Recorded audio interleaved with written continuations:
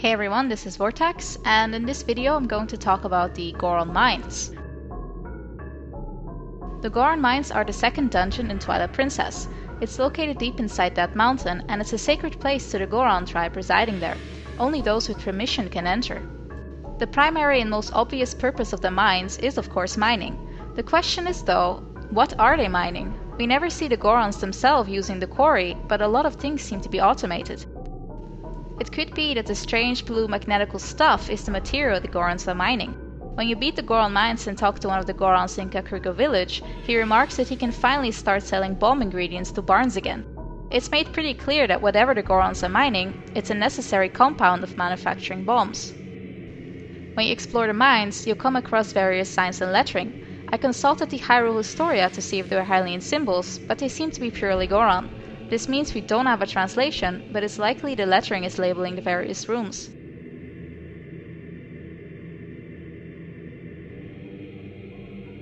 All over the Goron Mines are machinery bearing the Goron symbol. It's implied that the Gorons themselves built these. Also notice that the Goron symbol is present on the Beamos statues. Goron remarks that the Goron Mines are filled with traps to keep outsiders away. These Beamos could be what he's talking about. It's interesting to see how technologically advanced the Goron are compared to the other tribes of Hyrule. Yet, they retain a lot of their tribal roots, with the elder-based governance, sacred rituals, and sumo traditions. The Gorons take pride in their culture and they strive to preserve it despite their more modern technology. It is highly likely that the Goron Mines are actually an expanded Dodongo's Cavern. Both locations are mines deep within that mountain that are very important to the Gorons. Also, both locations are inhabited by the Dodongo. The Dodongo seem to be pretty rare outside of these two locations, since warm volcanic places seems to have their preference. It's possible that, as years went by, that the desired rock from the Dodongo's Cavern became even harder to retrieve, so the Gorons decided to expand the Dodongo's Cavern. They would have built structures to make mining easier, accounting for the rooms and machinery throughout the mines. Another factor that hints towards these two places being the same is the presence of the Goron symbol on the armor statues in the Dodongo's Cavern. It seems that even back then, the Gorons had guardians of sorts present within the mine to attack outsiders. No one besides Gorons would have anything to gain from being there, and the sign in front of the cavern even says that permission to enter is required. So, the guardians attacked everyone, including people trying to help like Link.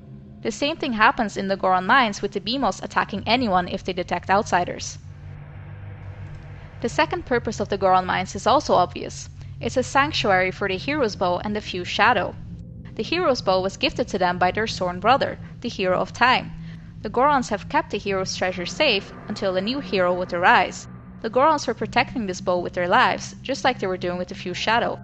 The mini-boss of the Goron Mines, Dodongo, is unaware that you're allowed to take the bow, and he proceeds to try and kill you.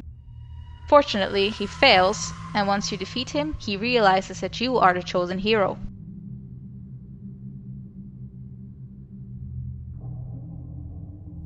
The Goron Mines are constantly referred to as being a sacred place. It is very clear that the Goron Mines are the equivalent of a temple. Yet, it is not their fire temple. The fire temple is deep within the heart of the volcano, which is very far from the mines. If you stand outside, you can see a mountain peak with lava flowing through the cracks. I think this is the peak where the Goron city and the original entrance to the Dodongo Caverns is located. There are far too many Gorons for the small space that they seem to live in the area right outside the mines. It's likely that the Gorons you encounter are actually miners, and the Gorons in the spa are relaxing after a hard day's work and they're keeping an eye on the children. The Goron Mines are not sacred because their fire deity is being worshipped here. It's sacred because it contains a treasure entrusted to them by the gods.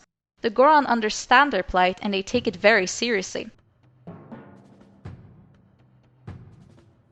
I've taken a good look around these elder shrine rooms and I've found some interesting details. There are rows of chairs in the altars. This may not seem like much at first, but then I realized how small the little wooden chairs are. They would never be able to hold a Goron. There are also handprints preserved and displayed on the wall. The handprints seem to be far too small to be of a Goron hand, and this made me realize something. The third purpose of the mines is that it's a place where the Gorons can grow their bond with the humans and the Hylians. The Gorons are known to work together with the people of Kakariko, both with trading and with helping them build their village. They also trade with the people of Hyrule Castle Town. One of the Gorons in the spa remarks that he's glad that more people are visiting the spa. The relations between the Gorons and the other inhabitants of Hyrule seem to be doing great, especially compared to how secluded they were before. This is supported by Renato mentioning that since the volcano erupted, the people of Kakariko were not allowed to enter the mines. But why would they want to enter in the first place? It's just a bunch of lava and it's far too dangerous to be there.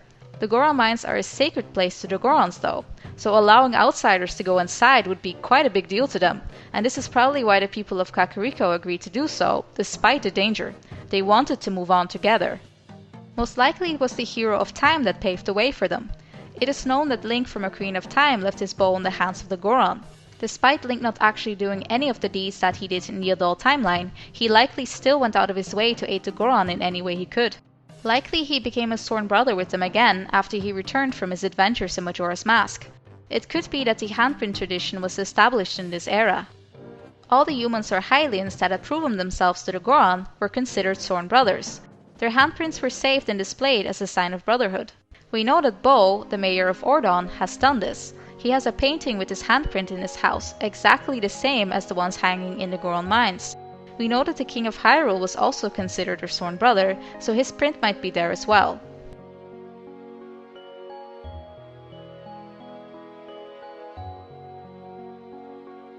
It seems that the Goron Mines are used as a place for the Goron to connect to the people of Hyrule. It's not just a mine where they dig for food or for bomb ingredients. It's a sacred place and they're opening it up to others as a sign of friendship.